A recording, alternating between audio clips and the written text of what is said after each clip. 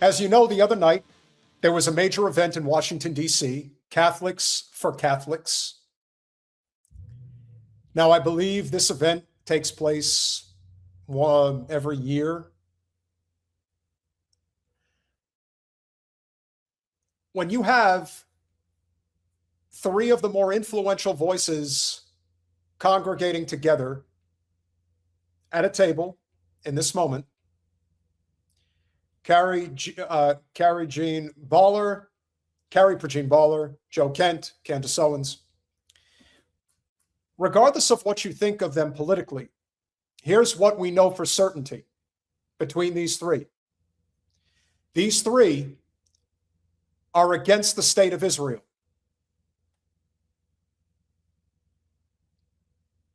And that's power. That's America First conservative power, and that's what this coalition that's forming is doing. There's a reason why they have had to come down the, pro-Israel First MAGA contingent, why they have had to come down so hard on Candace, on Joe, on Carrie. If they were not having any impact on the position of millions of people, in particular when it comes to the issue of Israel, then they wouldn't even bother them. What would be the point? It's a waste of time. Be wasting breath. You'd be wasting energy. And the one thing we've learned about how these guys go about attacking anyone who gets out of line, the larger the platform, the greater the impact, the harder they come down with the anvil. They do everything they can to try to crush them.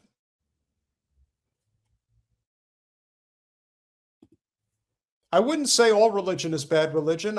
Religion is what you make of it. There are people that use religion for good and people who use religion for bad. I am not a religious person. I believe in the possibility of God, and I believe that spirituality is the path that makes the most sense. Now, if Catholicism is what does it for these individuals, then that's fine. But the one thing we know for sure is that the Pope and the Catholic Church are not on board with Israel. And that's a big deal. You know what the largest single denomination religion is in the United States? It's Catholicism. So that impact is real. And little by little by little, we continue to chip away at this incredible, monolithic Hasbara operation that has decimated our country for far too long. For far too long. And now we're seeing a path out of it. Don't think for a second they didn't know what they were doing when they took this photo. They knew. And they understood what was going to happen once it hit the internet.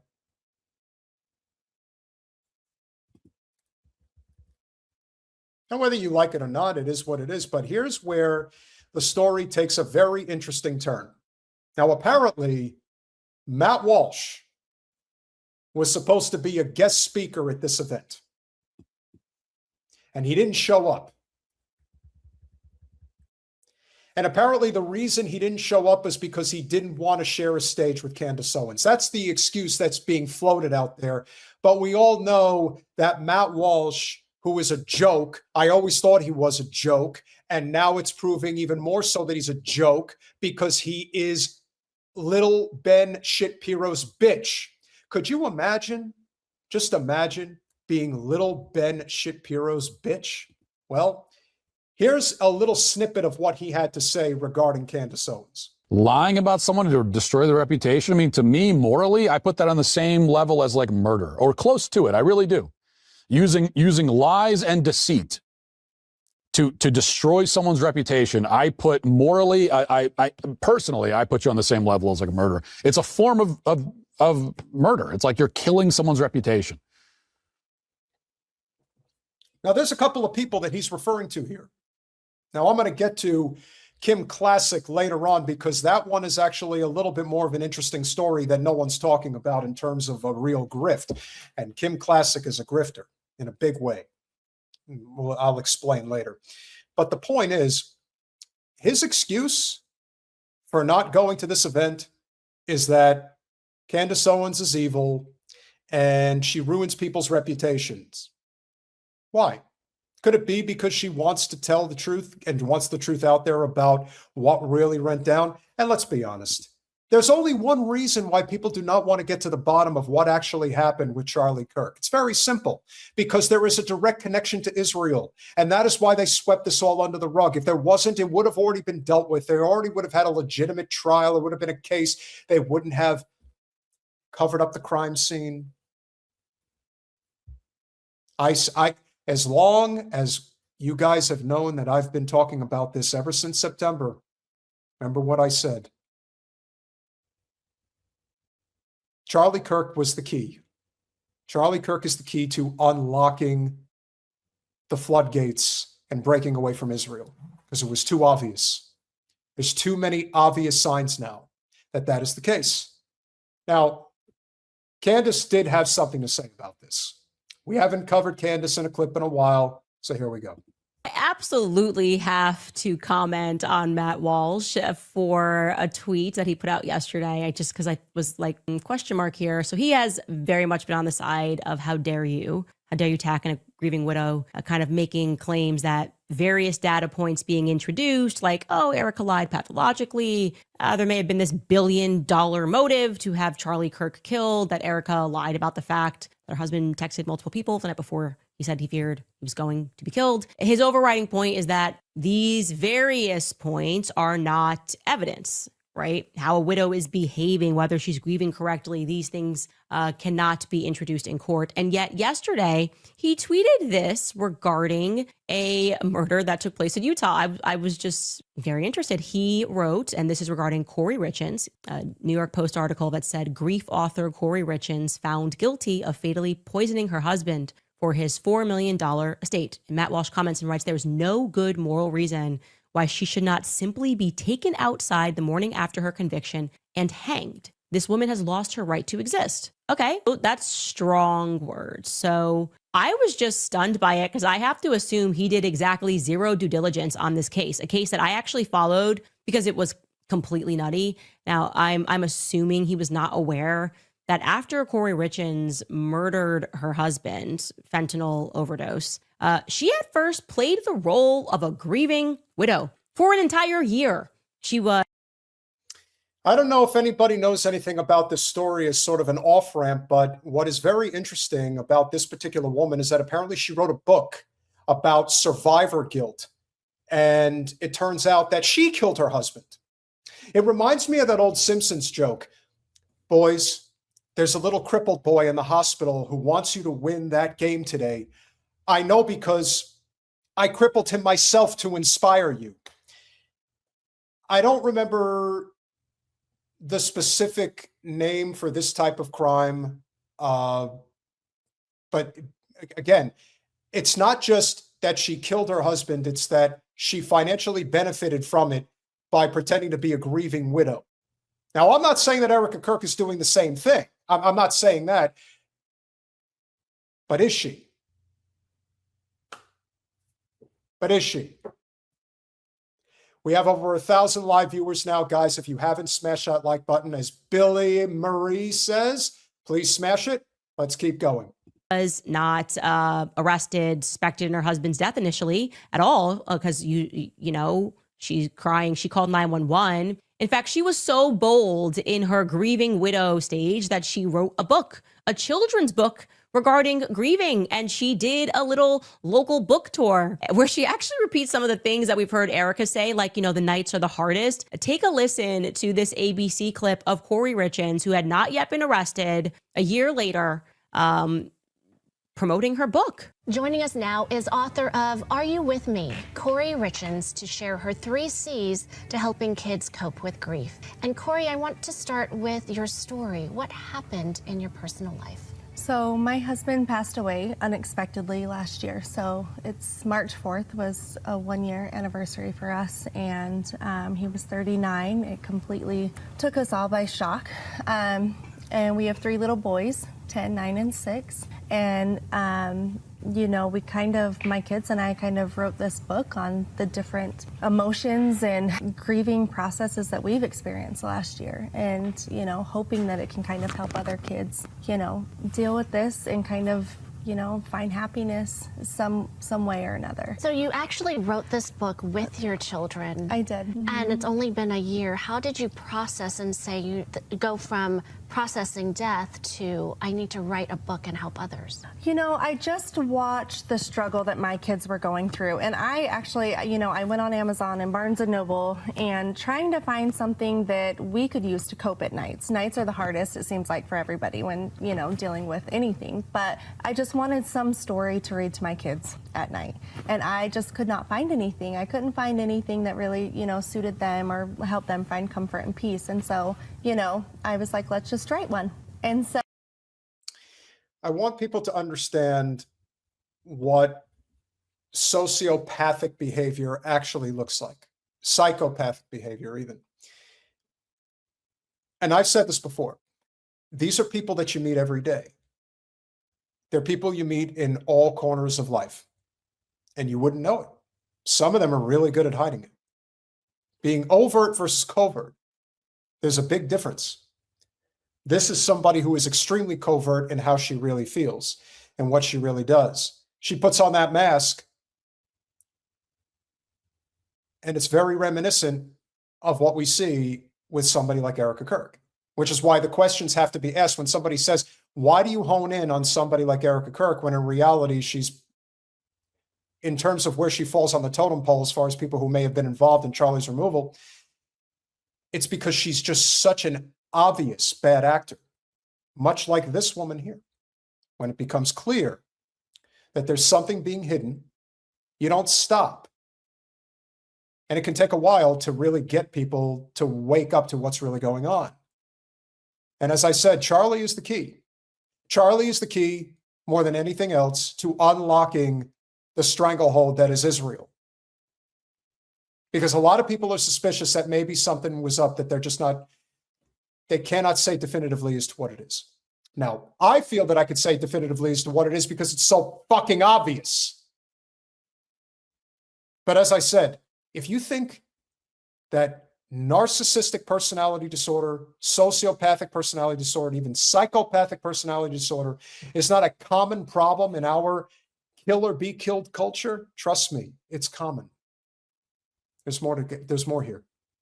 So, you know, I took things that my kids have said to me this last year and we kind of articulated it and put it into a story and, you know, just have hopes that it will help other kids. I mean, I'll tell you guys in short, this woman was not actually a grieving widow. She wasn't a grieving widow. Matt, actually, one could argue that she may have even been a psychopath for doing this, being able to do this after she killed her husband. March 4th, 2002 is when her husband, Erika Richens, was murdered. And it took them until May of 2023 to bring charges against her. So more than a year to build a case. And do you know how they built that case? People who actually cared about Erika and offered various details, and to the point that, well, none of these points in various details about how Erika is grieving would ever survive in the court of law. Ironically, in this case against Corey Richens, for which she was ultimately found guilty, the prosecutors played the 911 call and said explicitly that it didn't sound like a grieving widow. Okay, take a listen. We're going to listen to the first part, actually most of the 911 call again. I ask that as you listen to it, you'll hear the first minute. The first minute is not the sound of a wife becoming a widow. To echo her friend Chelsea Barney, the first minute is the sound of a wife becoming a black widow. Her own friend said she's not grieving right. She sounds like she's become a black widow, not a widow. And it gets even crazier. They weren't even able to prove how she poisoned her husband. Check out this headline, okay? Prosecutors in Corey Richens' murder trial could not prove how she poisoned her husband. They didn't need to. So they literally did not know how the fentanyl got into her husband's body. The article tells us, quote, To prove their case, prosecutors relied largely on circumstantial evidence to tie her to Eric Richens' death. Cases based on direct evidence are not necessarily stronger than those that rely on circumstantial evidence, legal experts say. Unlike direct evidence, such as eyewitnesses or recordings of a crime, circumstantial cases require jurors to determine a defendant's guilt by weaving together indirect evidence. In Corey Richens' case, prosecutors focused on potential motives for Corey Richens to kill her husband, and the actions they said show that she had a guilty conscience after his death, both elements that can illustrate a defendant's state of mind.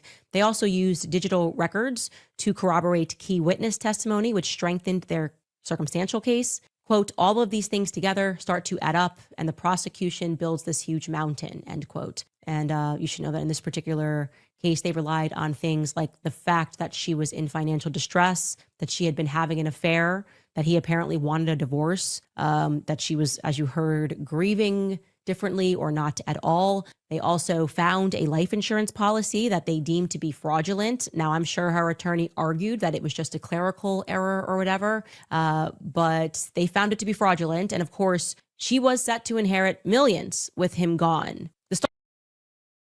And there it is. Set to inherit millions with him gone. I mean, I don't want to say that money is the root of all evil. I think we know we all need it in order to survive and thrive. But there are way too many similarities here. And I think that more or less is what Candace is getting at, and why somebody like Matt Walsh, who is a good little minion for little Ben Shapiro. I did it to myself. I admit it. I did it to myself. I know what happens when you say it 3 times.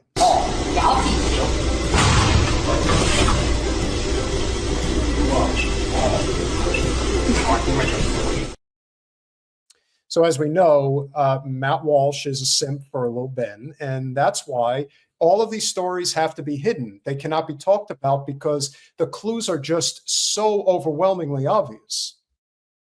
And this is just another prime example of that. It's like a carbon copy in many respects. Our witness of the case was actually a housekeeper named Carmen, who testified how Corey would come to her and ask her to buy drugs on her behalf, which allowed them to then speculate that this is how she got her hands on an illicit street drug. Now, all that is not to suggest that Erika directly murdered Charlie, but it is to say that were it not for Eric Richens' actual friends, siblings, the housekeeper, even Corey Richens' friends who turned on her and said, no, something is not right. She's not behaving correctly. Something is off. People who were willing to stand up and do what you guys describe as immoral or evil and demanding a further investigation when nothing makes sense. If they hadn't compiled those other facts, were it not for their willingness to show text messages, private correspondences from Eric, showing those messages to the public, to the investigative team, and to refuse some foregone conclusion that spouses simply would never have a hand in the murder of one another, which actually flies in the face of reality. The reality is that you're most likely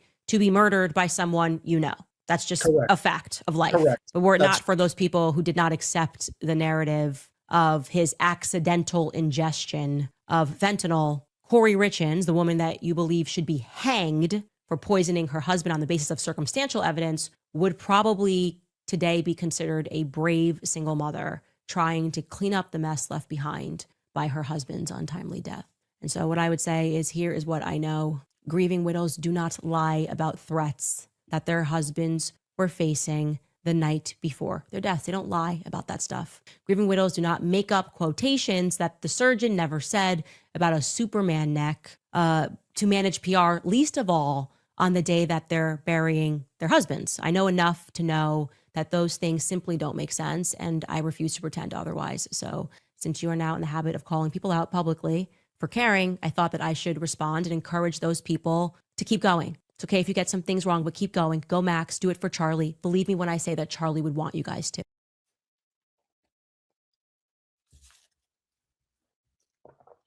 Candace is 100% right.